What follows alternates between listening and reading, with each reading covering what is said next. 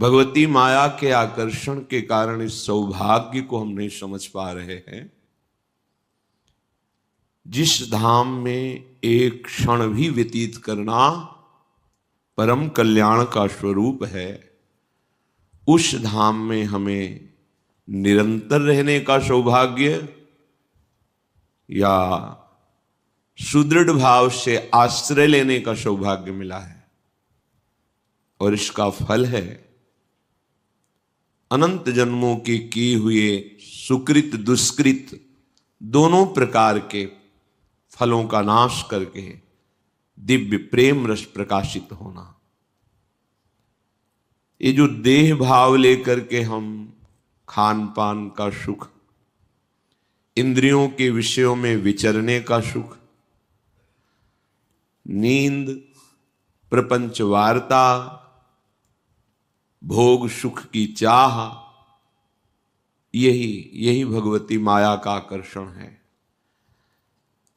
हम कृपा पात्र जन हैं, हमें अब अपने समय को बहुत प्रयासरत रहकर केवल प्रभु से जोड़ना है। हमारा कोई अस्तित्व न रह जाए। जब तक कोई अस्तित्व है तब तक वस्तु प्रकाशित नहीं होती। ये बड़े बड़े महापुरुषों का अनुभव है। तुम्हें समर्पित कर रहे प्रीतम वस्तु त्वदीय, आपकी धरोहर आपको समर्पित कर रहे हैं। ये शरीर, ये अंतःकरण, ये स्वभाव और स्वयं मैं, ये आपकी है प्रभु वस्तु, आपके चरणों में समर्पित कर रहे हैं। तो हमारे प्रभु का एक स्वभाव है, ये यथा माम प्रपद्यन्ते तास तथैव भजाम्यहम्। आप प्रभु को जैसे भजेंगे वैसे ही आपको प्रभु भजेंगे। हमारा किसी भी वस्तु, व्यक्ति, स्थान पर अस्तित्व न रह जाए। मैं और मेरा कहने लायक कोई भी न रह जाए। ये हमारी साधना का फल है।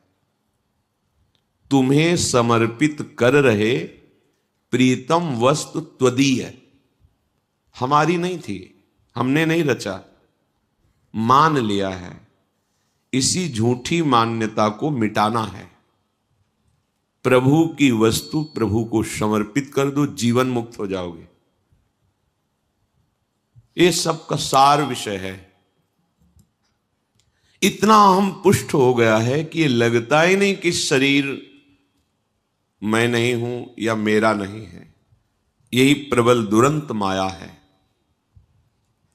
इसको हम काट नहीं सकते। तो जिसने बांधा है वही छोड़ देगा। ये माया भगवान की आज्ञा से, भगवान की शक्ति से संचरित हो रही। स्पष्ट भगवान ने आज्ञा की, मामेव ए प्रपद्यन्ते माया मेताम तरन्ति ते। मेरी शरण में हो जाओ।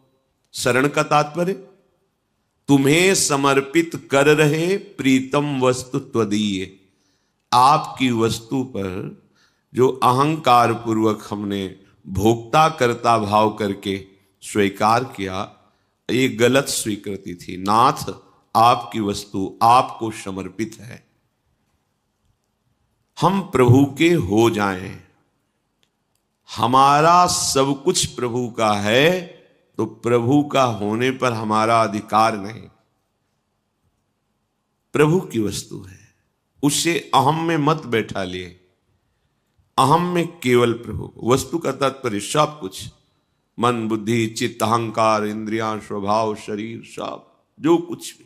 आप देखो धैर्यपूर्वक विचार कर, इस पावन भूमि पे बैठ के आपकी क्या रचना है। जो अहंकार करते हो तो आपकी रचना क्या है? आपने क्या पैदा किया है?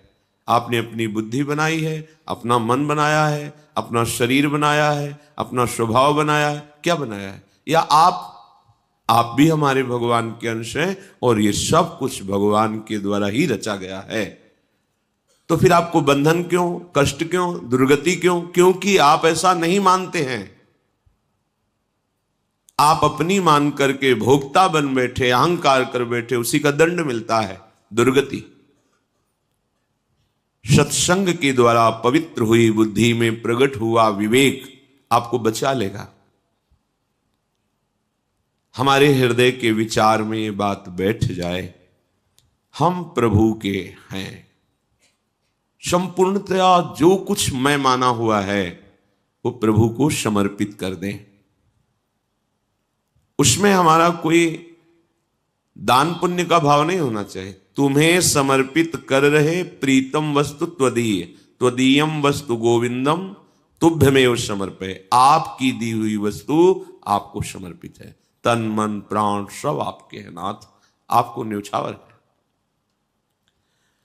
जैसे आप किए ना ऐसे ही प्रभु कर देंगे। ये यथामाम प्रपद्यन्ते, तुम जैसे, मैं और मेरा सब कुछ आपके चरणों में समर्पित, तो फिर प्रभु की तरफ से ही बात आ जाएगी, मैं और मेरा सब तेरे को समर्पित। बहुत सुंदर रस और सिद्धांत से भरी हुई बात हिताचार्य चरण महाप्रभु हरिवंश चंद्र जी कह रहे हैं। जोई जोई प्यारो करे, सोई मोहि भावे। तो देखो उधर से देखो, भावे मोहि जोई, सोई सोई करे प्यारे। प्रिया जो कह रही हैं हित सजनी जू से, बड़ा जोर का सिद्धांत है उपासना में भी। हमारा अस्तित्व ही हमें परेशान किए हुए है, और अज्ञान की प्रेरणा देखो, हम अपने अस्तित्व को बढ़ाना चाहते हैं, सजाना चाहते हैं, मिटाना नहीं चाहते। जिसने अपने अस्तित्व को मिटा दिया वही परमानंद में निमग्न हो गया। अज्ञान की कैसी चाल है, जो भी कुछ करते हैं हम उसका अस्तित्व बना लेते हैं। मैंने ये किया, मैं ऐसा कर रहा हूं, आगे ऐसा करूंगा। अस्तित्व, अध्यात्म ठीक इसके उल्टा है, अपने अस्तित्व को मिटा देना। हम पर, हमारे पर पूरा अधिकार प्रभु का हो गया है। एकमात्र अधिकारी हमारे तन के, हमारे अंतःकरण के, इंद्रियों के, स्वभाव के और मेरे केवल प्रिया प्रीतम, केवल प्रभु हैं। देखो अंदर से देखो, बातें बनाना अलग है, ऐसा है। देखो आपने, अरे और किसी का अधिकार, विषयों का अधिकार है अभी हमारे ऊपर। विषयों का थोड़ा सा विषय हमें घसीट लेता है। हम अपने पर पूरा अधिकार दे दें। देखो संत सदगुरुदेव ये भगवान के प्रतिबिंब स्वरूप, उनके पार्षद हैं, अर्थात भगवत स्वरूप ही है। आप जितना अधिकार दे देंगे उतना ही वो संभालते चले जाएंगे। आप जितना अस्तित्व रखेंगे उतनी दूरी बनी रहेगी परमार्थ से। इसीलिए शरणागति का स्वरूप भी वर्णन किया गया है कि शरीर, वचन, मन, स्वयं, ये शरणागति। तन वांग मनोभिर अमलई सोहम तविवाश्रिता। अपना अस्तित्व जितना रखेंगे उतने शरणागति में कलंक है और आपका सुधार नहीं हो पाएगा। क्योंकि जहां देखा गया कि आप अस्तित्ववान हैं, हाथ खींच लिया जाता है, और जहां देखा जाता है अस्तित्वहीन है, दोनों हाथ में उठा लिया जाता है, उसे चलना नहीं पड़ता। कितना अस्तित्वहीन होना है। अजात पक्षायु मातरम खगा, इतना अस्तित्व होना है। हमारा अस्तित्व ही नहीं रह गया। महापुरुषों के वचन बड़े गूढ़ होते हैं। नारायण अति कठिन है हरि मिलन की बाट, या में पग पीछे धरे प्रथम शीश दे काट। शीश काटने का मतलब अस्तित्व मिटाना है, आत्महत्या करना नहीं है। सारी हमारी अहमता और ममता का केंद्र केवल प्रियालाल है। देखो ना, रोज प्रवचन होता है, रोज प्रवचन सुनते हैं, है क्या? एक दिनचर्या की तरह सुन लेते हैं, मनन करके उसे अपने जीवन में उतारते हैं क्या? अगर उतारते हैं तो फिर प्रश्न नहीं रह जाएंगे।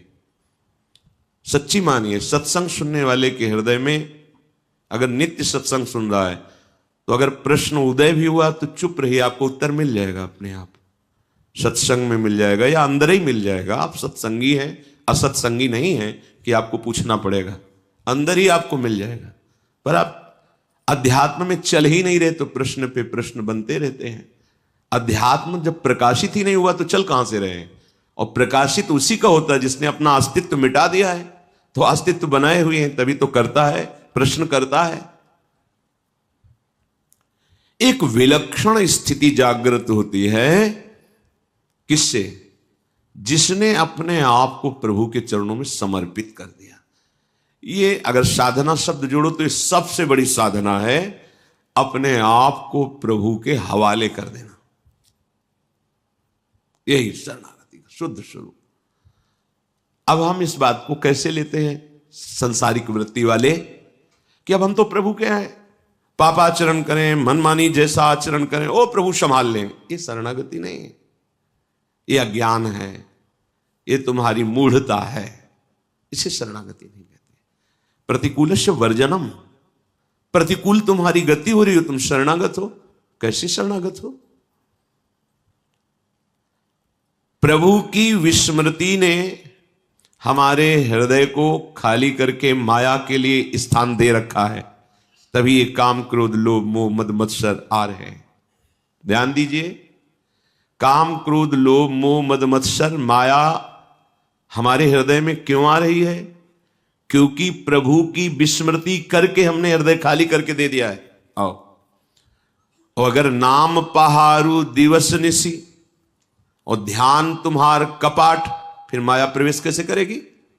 रात दिन नाम का पहरा है, भगवत ध्यान का दरवाजा बंद है, कैसे प्रवेश करेंगे काम क्रोध लोभ मोह मद मत्सर?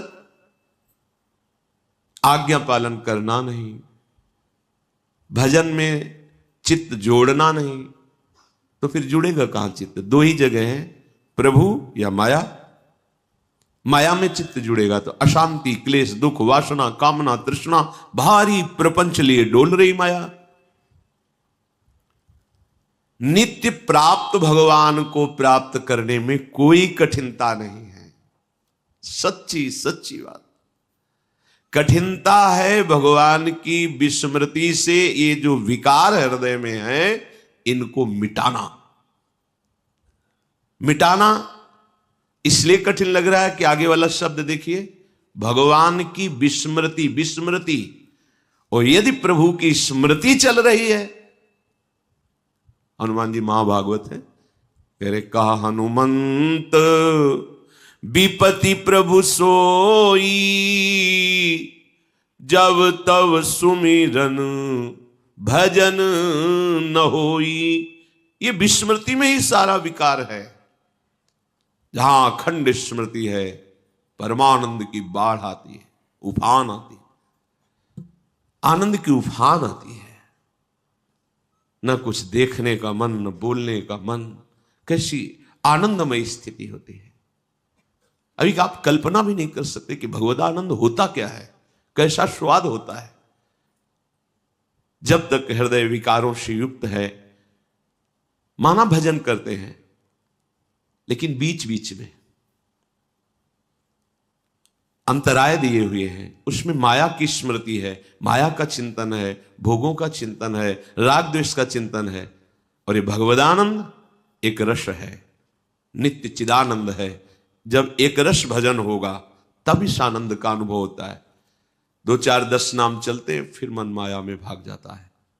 हम बेपरवाह होकर के उसी के साथ विचरते रहते हैं।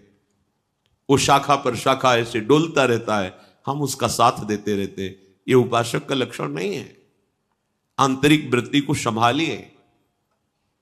विस्मरण होते ही आपके हृदय में ऐसा दुख होना चाहिए जैसे बहुत वर्षों की कमाई हुई संपत्ति कोई अपहरण कर ले, या कोई परवाह नहीं। साधक वेश, साधक मार्ग, और जब वार्ता करो तो लगता है क्या है, खोखला जीवन। कब तक जिएंगे ये? कब तक जिएंगे? मरना पड़ेगा। ये काम क्रोध तुम्हें मार देंगे अगर तुम खाली हृदय रहोगे। तुम्हें समझ में नहीं आ रहा। बच्चा गिरता है तो उस गिरे हुए बच्चे को उठाने के लिए वो समर्थ पिता वैसे ही स्थिति में पहुंचता है जिसमें बच्चा गिरा हुआ है, वैसे ही झुक के उसको उठाता है। उसको झुकना अपने जैसा ना मान ले।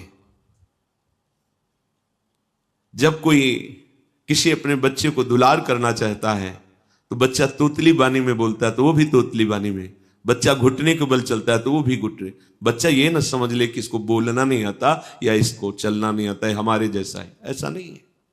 तुम उसकी कृपा और दुलार को नहीं समझ पा रहे हो। तुम्हारे जैसा बर्ताव करके तुम्हें अपने जैसा बनाने के लिए जो घसीट रहा है, उसमें वचनों पर, उनके निर्दिष्ट साधना पर आपको आसक्त होना चाहिए। प्राण चले जाए पर ऐसा कैसे हो सकता है? नहीं, पर यह बात जब तक नहीं है तब तक आप अपना अस्तित्व बनाए हुए हैं। इसी अस्तित्व में ध्यान से सुनिए, सारे दोष, सारी दुर्बलताएं हमारे अंदर घर बनाकर आराम से बैठ गई हैं। बैठ गई, अभी आपको दिखाई नहीं दे रहा, अवसर आने पर ये आपको परास्त कर देंगी। बैठी हुई है, दिखाई देता है। तभी कहते हैं कि जब तक तुम्हें सानिध्य मिल रहा है तब तक तुम ऐसे बलवान बन जाओ कि तुम्हें किसी बाह्य सहारे की आवश्यकता नहीं होनी चाहिए। जो हमारा सतमार्ग है वो स्वयं अनुभूतियों के अनुसार चलने वाला है, किसी दूसरे मित्र के अनुसार नहीं। ध्यान रखना, चल चला चल रहा हमें अनुभूतियों का ले सहारा, कौन तेरा साथ देगा व्यर्थ में किसको निहारा। किसकी तरफ तू देख रहा है? अरे जिसकी तरफ देख रहा है वही बाधा है तेरे चिंतन में, क्योंकि तू देख रहा है ना, तुझे वो नहीं देखना है। तुझे अंतर्दृष्टि से परमात्मा तत्व का निरीक्षण करना है। अनुभूतियों का सहारा लेके चला जाता है। अब अनुभूतियां तो भोगों की हैं, तो चलोगे किस मार्ग में? भोग मार्ग में। और राही किस मार्ग के हैं? परमार्थ के। तो विपरीत हो गया, ना भोग मिलेगा ना परमार्थ मिलेगा। कैसे? भोगों में जाओगे तो जलोगे और परमार्थ में चलना आया नहीं तो जलोगे। तो ऐसे न रैसे वैसे रहे मजरे ढो, पाछलियो जो करी निर्भाषित। इसी पर्दे की आड़ में सारी दुर्बलता है। मैं तो ऐसा नहीं कर पाऊंगा। ठीक है, तुम नहीं कर पाओगे। हमारे हाथ में हाथ मिलाओ, आओ हम तुम्हें कदम चलाना सिखाते हैं। देखो तुम्हारे पैर दुर्बल नहीं है, तुम बहुत बलवान का आश्रय लियो, आगे बढ़ो। नहीं, हमसे नहीं हो सकता। अब क्या होगा? जब बलवान कह रहा है कि आओ, अहम तो हम सर्वपापेभ्यो मोक्षयिष्यामि, बोले मुझे विश्वास नहीं हो रहा। इसलिए नहीं, तुम्हारे हृदय की मलिनता, अहमता, ममता अभी समर्पित नहीं हुई, इसलिए ऐसा है। जब हम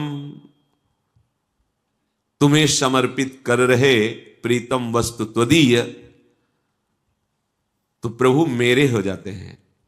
जैसे अभी शरीर मेरा, मन मेरा, भोग मेरे, और जब ये समर्पित तो प्रभु मेरे, प्रियाजू मेरे। ऐसा नहीं है कि प्रियाजू कहीं और बैठी हुई हैं, ऐसा नहीं है। कोई जगह नहीं जहां प्रियाजू का अधिकार न हो, जहां प्रियाजू विराजमान न हो। बाहर भीतर कब मिलोगे, कैसे मिलोगे, ये तरंगे हैं उस प्रेम समुद्र की।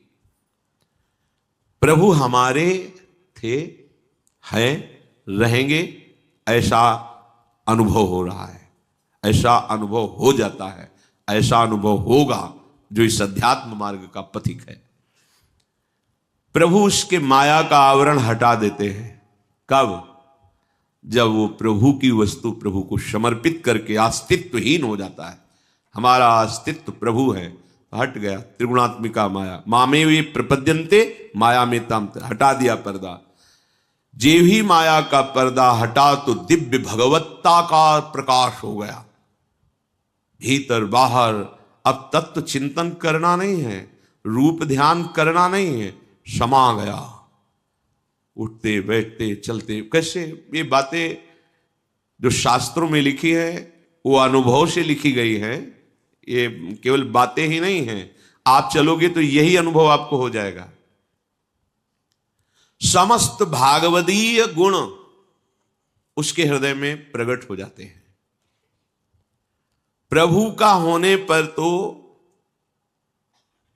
अपने आप जितनी भागवती दिव्यता है वो सब प्रकाशित हो जाती है। हमारे अंदर ऐसी स्थिति आ जाती है कि अब प्रभु से ही बोलना, प्रभु के साथ ही खेलना, प्रभु से सब उठते बैठते, जैसे कबीरदास जी कहते हैं, ठाड़े बैठे परे उताना, कबीर कहे हम रहें ठिकाना। ठिकाना अर्थात अपने आराध्य देव में हर समय प्रभु के साथ हमारा दिव्य संबंध है। गुरुदेव उसी संबंध को जागृत करते हैं। मंत्र, उपदेश, साधना पद्धति नई बात नहीं है, जागृत करते हैं। और अन्य माने हुए संबंधों से गुरुदेव अपनी आज्ञा और कृपा बल के द्वारा तुम्हारी ममता और संबंध वृत्ति को खींचकर प्रभु के चरणों में लगाते हैं। ये कब? जब आप अपना पूरा अधिकार उनको दे देते हैं। पूरा अधिकार कब माना जाएगा कि आपने दे दिया है? जब आपका भरी सभा में अपमान हो पर आपका बिल्कुल मन दुखी ना हो, क्योंकि मेरा है ही नहीं। हम अपने इस अचले को चरणों में बांध लें, खोपड़ी में रख लें, इसकी पूजा करें या इससे मल साफ करें, अब ये हमारा है ना, बस ऐसा जीवन। अब चाहे अपमानित किया जाए या बहुत सम्मान मिले, दोनों से अपन। सेवक जी महाराज कह रहे हैं, जो बहुमान करे को मेरो, किए बहुमानत ना ही बढ़ाई, और जो अपमान करे को केहूं, किए अपमान नहीं लघुताई। क्यों? क्योंकि मेरा कुछ रह ही नहीं गया। मेरा हो अस्तित्व तो मैं मान मानूं, मेरा अस्तित्व हो तो अपमान अपमान मानूं। अस्तित्व प्रभु में समर्पित हो गया तो अब जो बहुमान करे को मेरो, किए बहुमानत ना ही बढ़ाई, और जो अपमान करे को केहूं, किए अपमान नहीं लघुताई। अस्तित्व समर्पित उपासक का लक्षण, शत्रु मित्र सम जानी, मान मान अपमान सम, दुख सुख लाभ ना हानि, यह जो कृपा हरिवंश की, यह है समर्पित उपासक का हृदय। न किसी से मित्रता, न शत्रुता, न कोई लाभ, न कोई हानि, न कोई सुख, न कोई दुख। कैसा अमृत पद प्राप्त हो रहा है, अंदर ही अंदर कैसी दिव्यता आ रही है।